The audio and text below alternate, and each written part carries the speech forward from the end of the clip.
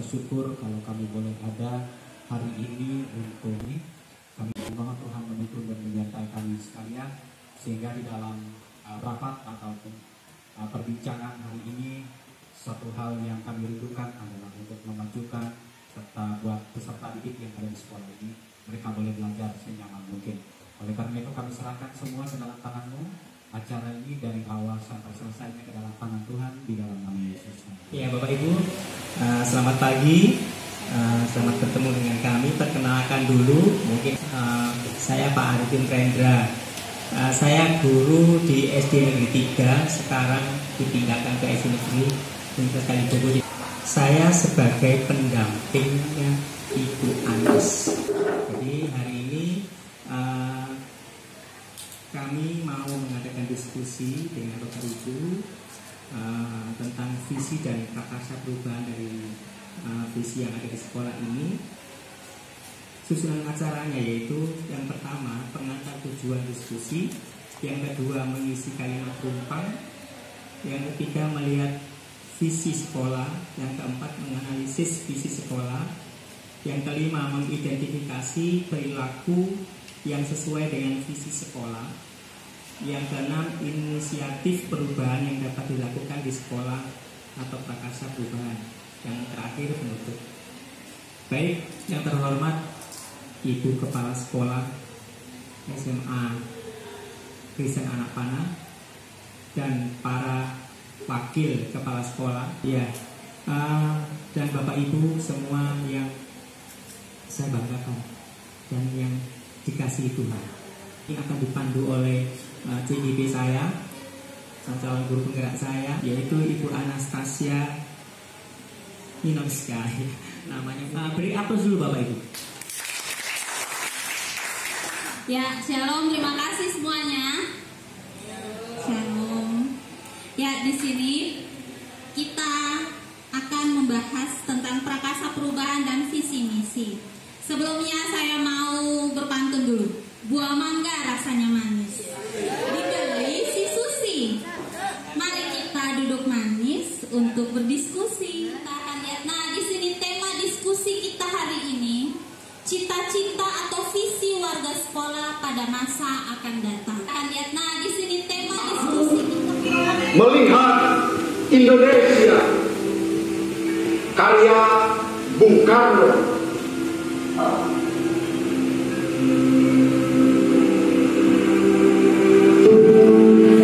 Jika aku berdiri di pantai Kelir, aku mendengar lautan Hindia bergelora, membanting di pantai Kelir itu. Aku mendengar lagu saja Indonesia. Jikalau aku melihat sawah-sawah menguning, menghijau, aku tidak lagi melihat batang-batang padi yang menguning, menghijau. Aku melihat Indonesia. Namun, yang diharapkan dalam pembahasan kali ini adalah satu, ketika orang melihat kita, orang mengetahui bahwa anak tersebut anak SMA Kristen Anak Panah. Ketika orang melihat guru tersebut, diketahui bahwa guru itu adalah guru SMA Kristen Anak Panah. Sama seperti Bung Karno tadi. Ketika dia melihat ini, dia bilang aku melihat Indonesia. Ketika aku melihat sana, aku melihat Indonesia. Masuk ke tahap yang berikut tentang mengisi kalimat penumpang.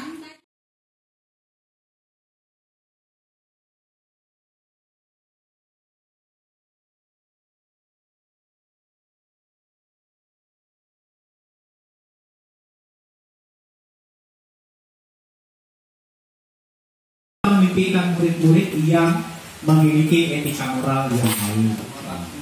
Bersama yang bersama. Nomor dua, kita percaya bahwa murid adalah pribadi yang mulia dan berharga. Di sekolah kita, nomor 3, di sekolah kita mengutamakan disiplin dan nilai-nilai karakter. Murid di sekolah kita sadar betul bahwa mereka perlu dibimbing dan dibentuk. 5. Kita warga sekolah di sekolah ini yakin untuk melakukan perubahan pada peserta didik. 6. Saya dan guru lain di sekolah saya paham bahwa sekolah merupakan sarana untuk memproses guru dan peserta didik. Demikian. Kita percaya bahwa murid adalah anak-anak yang perlu dibimbing dan diajarkan tentang pengetahuan dan sopan santun. Di sekolah kita mengutamakan tentang tanggung jawab dan percaya diri. Murid di sekolah kita sadar betul bahwa mereka sebagai siswa yang harus dibimbing dan diajarkan tentang pengetahuan dan tanggung jawab. Kita warga sekolah di sekolah kita yakin untuk membuat siswa lebih baik dan belajar tentang etika.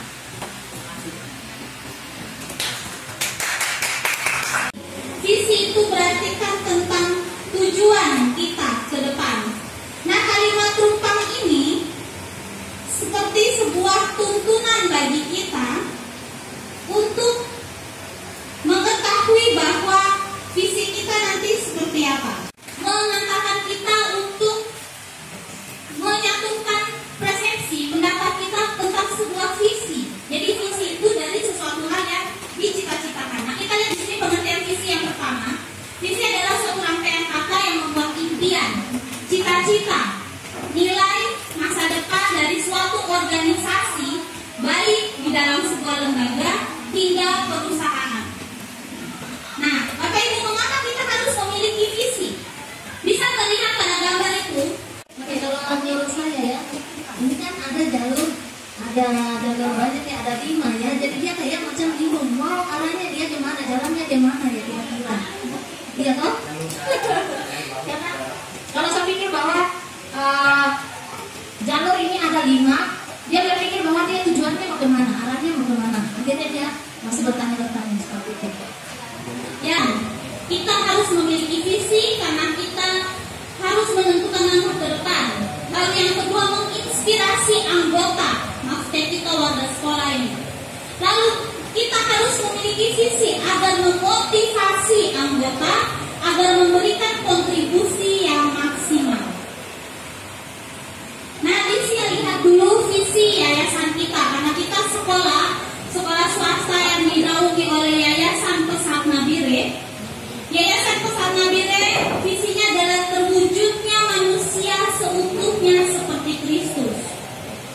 Nah, kita lihat lagi visi kita SMA Kristen Anak Panah, terbentuknya generasi yang sehat, cerdas, terampil, kreatif, mandiri, serta berkarakter Kristus.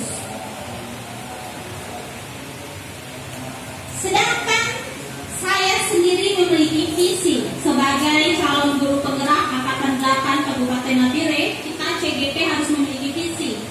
Visi saya terbentuknya generasi yang cerdas, terampil, kolaboratif, serta berkarakter sesuai profil pelajar Pancasila. Nah, kalau hanya sampai di profil pelajar Pancasila, orang di luar kehidupan sekolah tidak mengerti profil pelajar Pancasila itu apa. Maka harus dijabarkan, yaitu yang berakhlak mulia, berkebinekaan global, mandiri, bergotong royong, bernalar kritis, dan kreatif. Nah, sekarang kita masuk ke diskusi. Saya mohon kesediaan 3 orang dari kita bersama. Apakah sinkron visi sekolah dengan visi yayasan? Mungkin saya bisa minta kesediaan dari Ibu Kapasek Kurikulum kami, SMK Anak Panah, Ibu Stefani. Untuk yang pertama, pertanyaan pertama, sinkronkah visi sekolah dengan visi yayasan? Kristus, jadi kan itu, nah kalau di visinya SMA itu kan generasinya sehat, cerdas, terampil, kreatif, mandiri. Itu kan menjadi manusia yang utuh, yang sehat, bukan hanya kognitifnya saja yang dilihat, tapi kondisi fisiknya juga, terus kondisi kognitifnya ada, pribadinya dia sebagai manusia juga ada, terus karakter Kristusnya ada.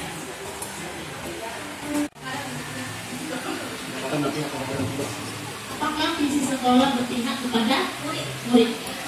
Menurut saya berpihak, karena di sini murid itu sebagai pelaku satunya atau objeknya terbentuknya generasi yang dimaksud yaitu murid itu.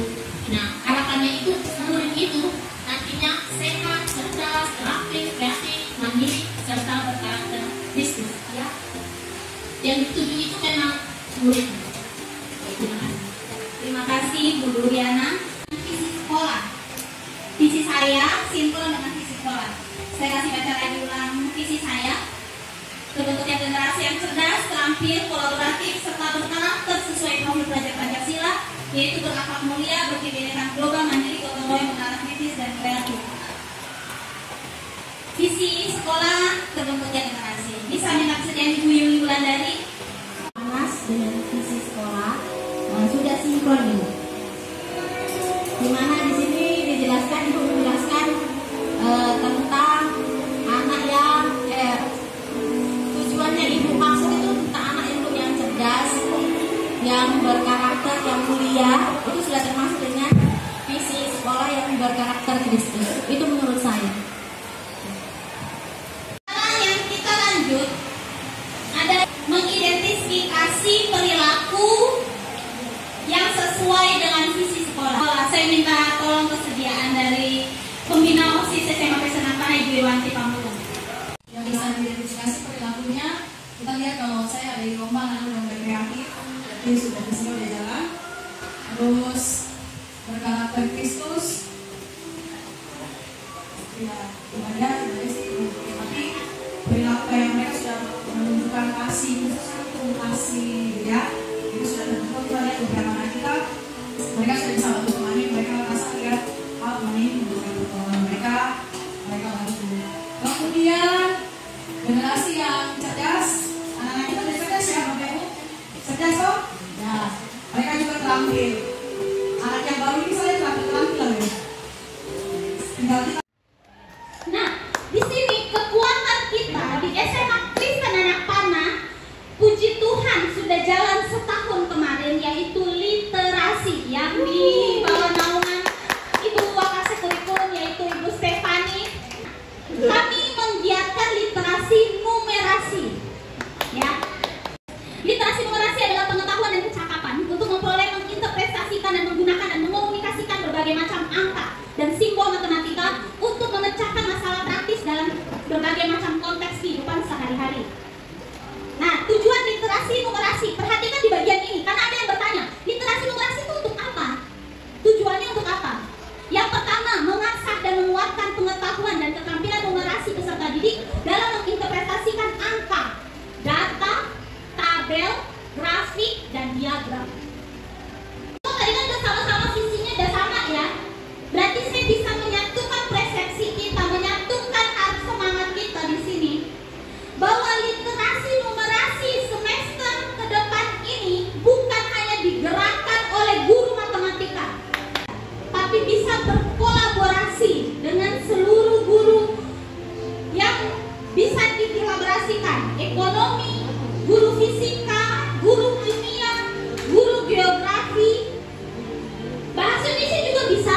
Bagaimana saya minta tanggapannya setidaknya untuk guru kimia bisa, apakah bersedia untuk berkolaborasi? Kalau sekolah untuk kolaborasi dalam hal sesuatu yang baik pasti akan saya lakukan. Untuk fisika, berusaha saya untuk mengikuti literasi numerasi. Menyesuaikan saja tentang literasi dan menyesuaikan numerasi itu bisa nanti di kelas 10 untuk mau berkolaborasi dalam literasi numerasi. Saya siap dan saya juga ingin mau belajar dalam literasi numerasi. Sekarang kita sudah tahap terakhir dari kegiatan saya ini tentang pemaparan visi dan prakarsa perubahan.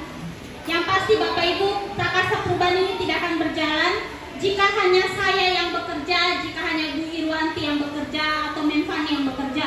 Tapi kita semua harus bekerja sama. Sekolah ini pasti bisa berhasil jika ada kerjasama antar semua guru. Amin. Ya, pantun terakhir dari saya, mencuci baju supaya bersih.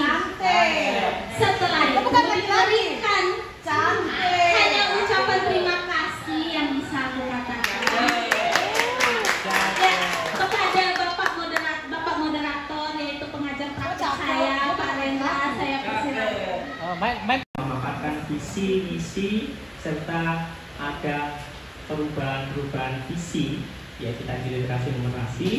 Dan saya juga mengucapkan terima kasih kepada Ibu Kepala Sekolah yang sudah memberikan waktunya untuk kita berdiskusi di sini. Sebelum kita tutup Bapak Ibu, kami mohon dengan sangat ya Ibu Kepala Sekolah bisa memberikan sedikit pesannya. Silakan Ibu. Paradigma kita, mindset kita tentang pendidikan khususnya untuk anak-anak kita akan diubahkan. Ya, dan ini salah satu hal yang mendasari sehingga Bu Anas boleh dengan Pak Rendra boleh ada di tempat ini untuk membagikan visi misinya ya, terkait hubungannya dengan visi misi sekolah untuk visi misi yayasan. Dan ternyata setelah kita diskusi tadi ada interaksi, ada hubungannya semuanya gitu, dan sudah sesuai kalau saya sampaikan seperti itu dengan visi sekolah kita. Saya berharap Bapak Ibu juga mempunyai visi pribadi ya, jadi sinkron gitu dengan visi sekolah. Karena kalau kita nggak punya visi ya sama kayak tadi, saya bingung mau mengajar anak saya ini saya mau bawa kemana. Nah, tapi kalau kita punya visi maka kita akan tahu goalnya di sini. Sama kalau Bapak Ibu kalau mau pergi nggak tahu tujuannya pasti akan salah arahnya. Sehingga semua yang kita ajarkan, tindakan, program dan lain sebagainya itu bisa ada tujuannya, yaitu goal visi kita. Terima kasih untuk Pak Rendra, terima kasih juga untuk Bu Anas yang sudah boleh memaparkan dan membagikan visi dan misinya. Itu saja mungkin dari saya. Dia berjanji akan kembali untuk kita semua.